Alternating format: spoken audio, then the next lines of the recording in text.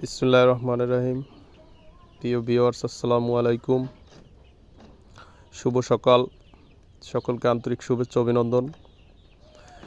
আপনারা ট্যুরিজম বাংলাদেশের পক্ষ থেকে দেখতে পাচ্ছেন আমাদের গ্রামের সেই আদিম ঐতিহ্য আমরা ধরে রেখেছি। এটির নাম গ্রামের বাংলা ভাষায় বলা হয়, কেউ বলে মাচা, কেউ বলে চাল।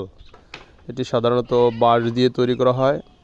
সাথে রয়েছে নারিকেলের চুরির বাদ দেওয়ার সিস্টেম।